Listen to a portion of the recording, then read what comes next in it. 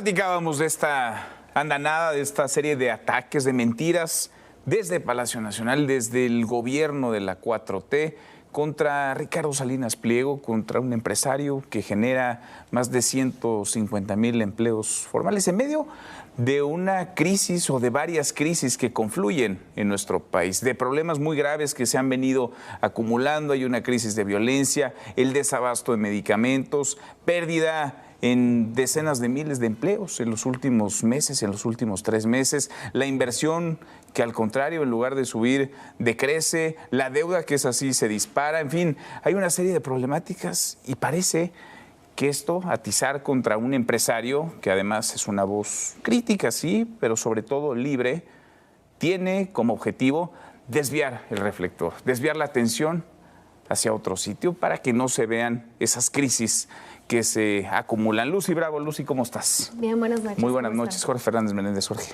Lucy Manuel, Arturo, un placer. Muy buenas noches, Arturo. Lucy Manuel, Jorge, Arturo, buenas noches. ¿Cómo estás? Muy Bien, buenas noches, Lucy.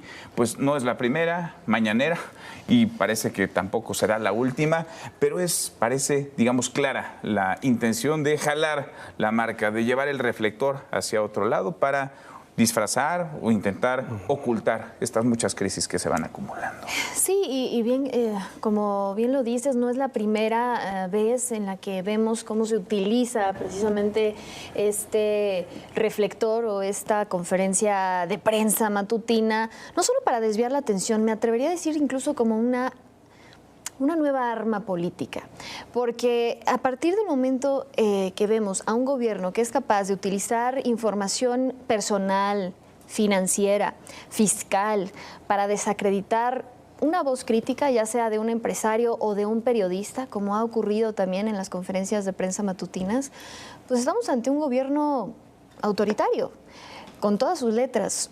Hay que recordar, como bien señalas, en febrero de 2022, cuando el entonces presidente López Obrador divulgó los datos financieros o salariales, los supuestos datos salariales del periodista Carlos Loret de Mola. Febrero de 2024 exhibió también el expresidente López Obrador los datos personales de una periodista del New York Times. También en 2020... Y además dijo, de Natalie Christoph, pero además dijo que lo volvería a hacer a pregunta de otra periodista de Univisión. Sí, claro. Dijo, no me arrepiento, yo lo volvería a hacer. Y no es el único caso. Tenemos también abril 2024, el caso de María Amparo Casar, que, pues hay que recordar, fue señalada por el presidente de la República por presuntamente recibir una pensión de Pemex tras la muerte de su esposo, que calificó de ilegal y también exhibió todos sus datos personales y financieros y acusó a la Organización Mexicanos contra la Corrupción y la Impunidad de recibir también supuesto financiamiento extranjero como parte de este golpeteo político. Eso no es normal.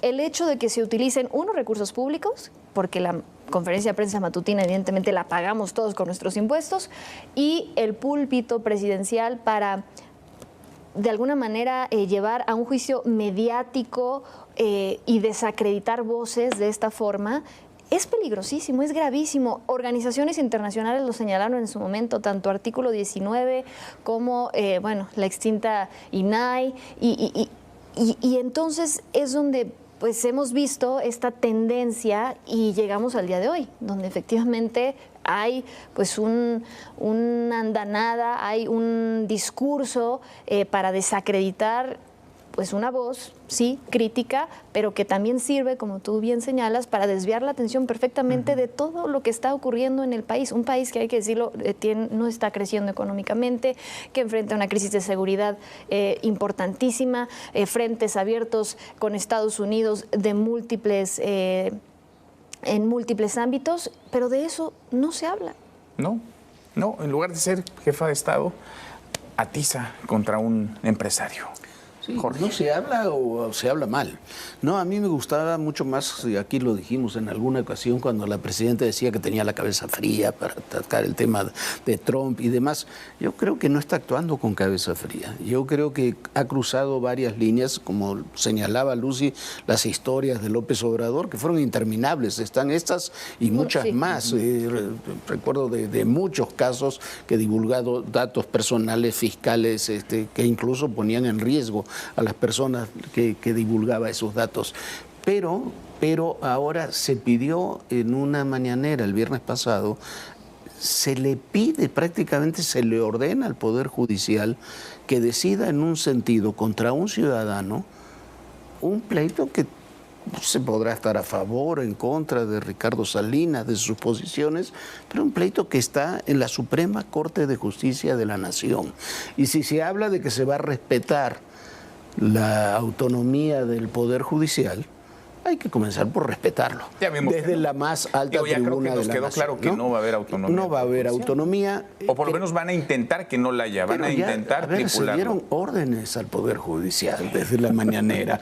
Eso es lo Eso no lo habíamos visto. No a ese nivel, cruzar esa raya, ni siquiera con López Obrador, porque despotricaba contra el Poder Judicial. Se quejaba, presionaba, pero dar una indicación. No lo habíamos visto. Y evidentemente, sí, por supuesto que es un distractor de la enorme agenda muy difícil, muy compleja que vive el gobierno en muchos ámbitos, que vive el país, pero además me parece que es una muestra de autoritarismo que no habíamos visto. Y si eso se replica, se sigue replicando con todas las voces estas de los bots, tuiteros y demás que responden a algún personaje de Palacio Nacional, tenemos una situación donde se impone una versión, se elige un enemigo, y no es lo único, ha ocurrido con Ricardo y está ocurriendo con muchos otros casos. El viernes pasado, el mismo día de la conferencia, hubo un hecho gravísimo en la Condesa. No porque se hayan atacado 57 comercios, porque se haya establecido consignas antiestadounidenses, antijudías y demás, porque haya alguien que comparó, que dijo que la Condesa iba a ser como Gaza, imaginémonos, sino porque eso se tapó. Y se tapó con un incidente de una mujer estúpida diciendo insultos a un policía. Llevamos una semana hablando de eso y no hemos vuelto a hablar del tema realmente grave de la Condesa, que provocó hasta una reacción del Homeland Security. Sin duda, sin duda. Y quedó ahí además registrado en el marco en el que nos encontramos, ¿no? Las próximas declaraciones de los hijos de Joaquín El Chapo Guzmán en cortes de los Estados Unidos. Ahora, me preocupa, Arturo, que parece mucha gente que esto lo ve como muy lejano, que no acusa de recibido, que cree que es un empresario ya, que nunca les va a pasar, que es un caso aislado. Pero a ver, Cuando Manuel, estamos viendo un golpe autoritario y lo estamos viendo frente a la mirada de millones de personas en la conferencia mañana desde donde se gobierna en este país. Ahora, si esto le está pasando a un personaje como Ricardo Salinas Pliego, ¿qué nos puede pasar a cualquier ciudadano que no tiene los medios, ni la importancia que tiene Salinas Pliego en este país desde el punto de vista empresarial? Eso es lo que mucha gente no ve, ¿no?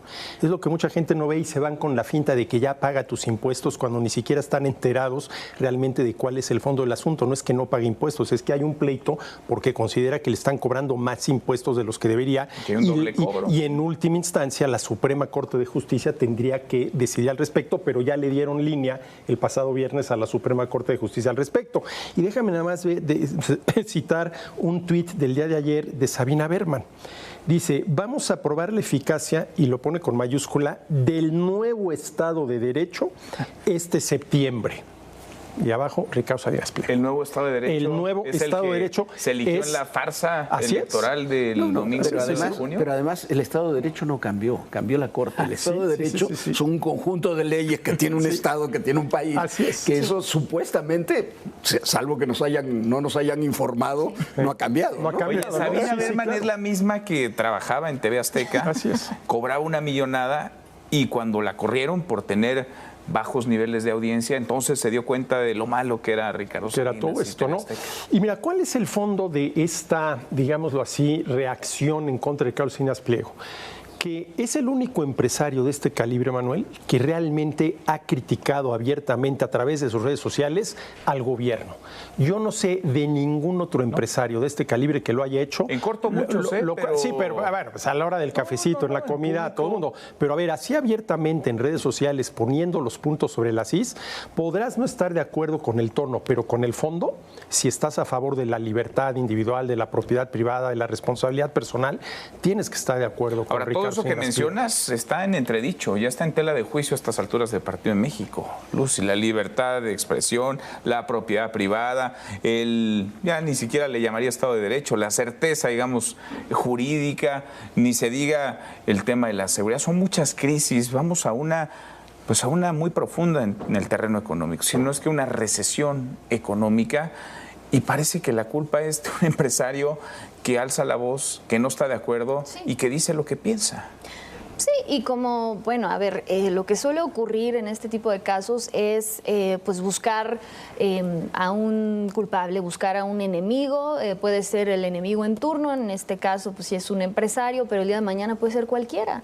Veíamos muchas conferencias en donde, bueno, se ha llegado hasta culpar a Felipe Calderón por la falta de medicamentos, cuando pues prácticamente han pasado ya varios sexenios. Bueno, si culpaban de la gentrificación a Miguel Mancera. Sí, ¿no? Bueno, ¿y quién lleva gobernando la culpa siempre es de alguien más. ¿Quién lleva gobernando la Ciudad de México los últimos 30 años? Pues la izquierda, pero de eso no se habla, ¿no? Entonces, al verse, pues digamos, cada vez más acorralados por el contexto que se está viviendo en el país, por la realidad, por los hechos, por los datos reales, no los del palacio autocomplaciente, sino los indicadores reales, pues no queda más que buscar chivos expiatorios. Es prácticamente de manual.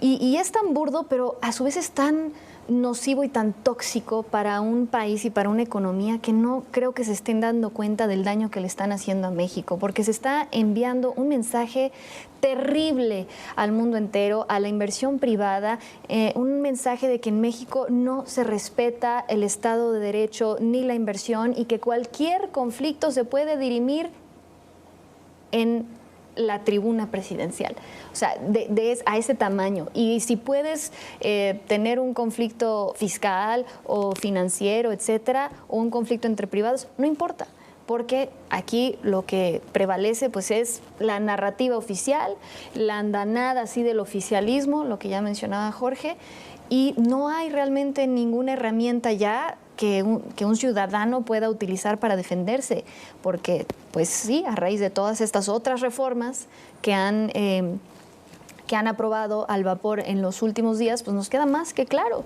que efectivamente, como dijo en su momento un morenista, me parece, pues pasamos de ser la dictadura perfecta a la dictadura más democrática. Y pues qué razón tenía, él lo dijo en tono muy sarcástico, pero creo que en realidad se estaban desnudando. Óscar Cantón Cetina, senador, que lleva varias perlas. Un prócer, Óscar Cantón, pero bueno, vamos más allá, no hay ni siquiera un debate, porque uno podría decir, bueno, vamos a debatir.